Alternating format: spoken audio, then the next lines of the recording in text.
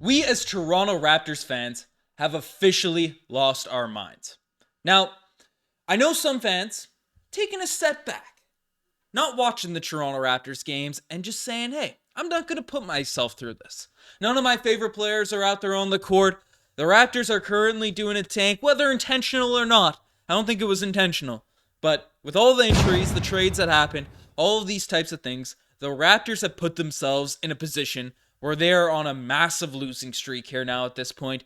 They are doing everything in their power, whether intentionally or not, to get that draft pick back. We're praying for the San Antonio Spurs to go on a win streak to close out this year so we can catch them in the draft standings. But the Toronto Raptors, they're losing a ton of games. And anyone that's watching the games as a fan of this team, regardless of if you're rooting for them to lose, it is tough on the mental well-being of anyone watching this Toronto Raptors team just get pummeled night after night after night. And it's getting to some of us. It's getting to us. Because, again, content's a little bit dry. I feel it out here on the YouTube space, trying to find interesting things to talk about regarding this Raptors team. It's my passion, it's my love. But even things get a little dry out here on the YouTube scene. I'm sure it's the same for these article writers and the people, the fine folks at Raptors Rapture, and all these people that sort of make content around this team. It's just how it goes. It's the reality of covering a specific sport team so niche down. And I'm no stranger to a bad take. I'm no stranger to being overly optimistic about the Toronto Raptors' ability to do something or anything like that. It is what it is. You know, it's sports. You can be wrong. We're all fans of this team here. So I'm not saying anything personal. But I woke up this morning and my dad sent me an article. He sent me a little report for me to wake up to, check the old email, and I saw a report. Raptors potential free agent. I'll pull it up here. Dream free agent target that may be available, may be more available than everyone thought. You can see Scottie Barnes in there, so obviously it's not Scottie Barnes. He's not a free agent. So who could this be? Who could be out here? Is a potential target. Is it Nick Claxton? More Nick Claxton hype? Someone, again, it's Raptors, so it's more of an opinion piece, similar to what we do here. Not hating on the grind, not hating on the search, but I read more into the article. And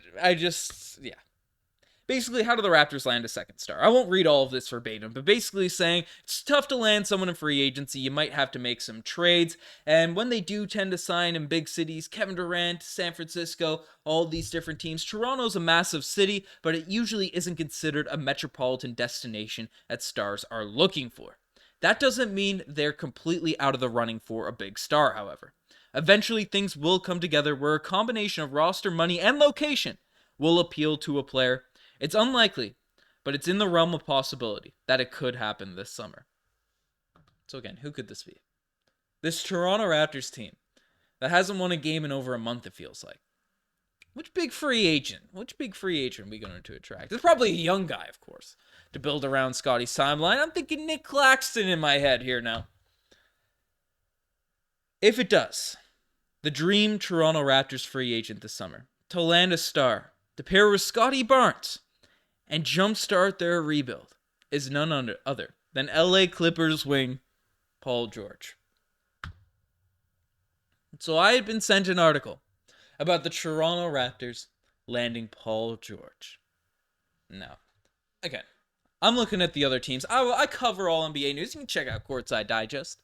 I'm aware Paul George, he's not coming close to a contract extension just yet with the LA Clippers. They came to him with Kawhi Leonard, but Paul George hasn't come to terms with a long-term deal with the LA Clippers. But he wants to stay with the team long-term. It seems like the team is interested in keeping him around, but they haven't agreed to a contract. So is there novel information regarding this? Because I've also looked at the betting odds. Again, I give topics for Knicks Digest, Sixers Digest. I know those are two teams that are favorited to land Paul George. Where are the Raptors coming into play?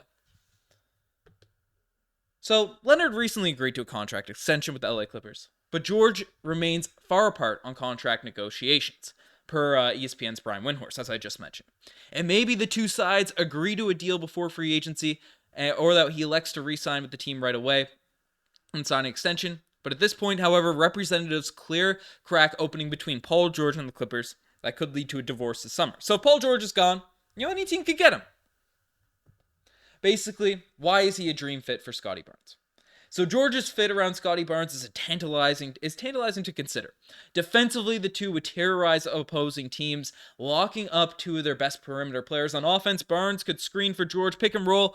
George could space the court and initiate secondary actions. Barnes attack defense. I mean, they play the same position, so I don't know how this is the perfect fit or anything like that, but someone's a fan of Paul George. Might be Brandon Miller writing this article, we'll see.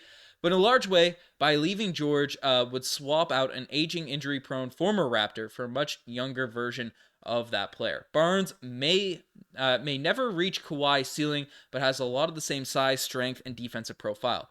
George could sign in Toronto and seek to replicate Leonard's accomplishment by leading the Raptors to a title.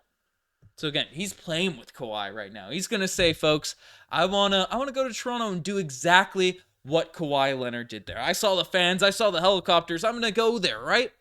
So George is 33 years old, which means the Raptors court him, and they convinced him to compete for a championship for the next couple seasons. And we'll need to convince George of the same.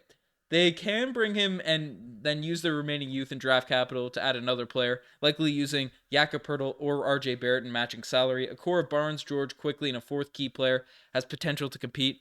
It's a pipe dream and unlikely to occur. Yet if the Raptors are going to shoot for the moon, Paul George makes a lot of sense to target.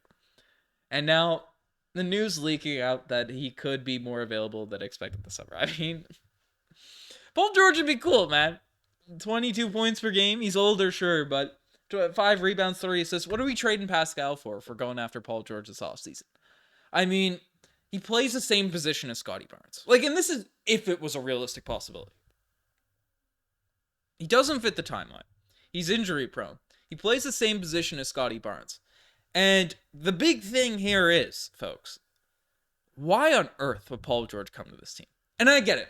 We're a better team than our 13-game losing streak, whatever our losing streak is up to now at this point, is concerned. We are a better team than that. I will stand by that right now. We have a ton of injuries to close out this year. We are better than the worst team in basketball that we've been in the last month. But adding Paul George to this group, again, 33 years old, has never really been the lead guy in a championship winning squad, is not going to make a difference. It's not going to be championship contending difference from a lottery team to championship contender. It's just not truth. Again, the Raptors could take I think the Raptors are certainly going to take some development leaps with IQ, with RJ, with Scottie Barnes this offseason. Grady Dick. I'm excited for this Raptors future. But to think that Paul George would even contemplate leaving Los Angeles, a team that he forced his way to, with Kawhi Leonard, leave that core group with Kawhi Leonard, the team that won to the Toronto, that player that was key to the Toronto Raptors winning a championship, to come to the Toronto Raptors, a team that he openly pranked his family about, to get one over on him, to say, oh, he's going to Toronto. His whole family was sad. He made jokes about that during the rumors during that summer when Kawhi Leonard ended up leaving the Toronto Raptors and went to the LA Clippers. He was making jokes about going to Toronto, riffing his family, saying, well, he's going to come here.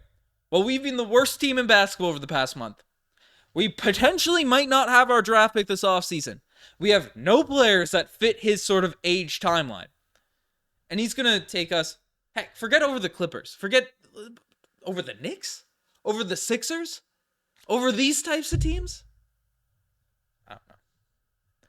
Again, it's a slow content day, folks. If people are in the comment section roast this, it's just how this time of year goes. But I felt I had to say something.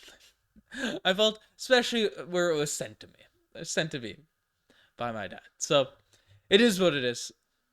Do you guys think the Raptors are going to get Paul George?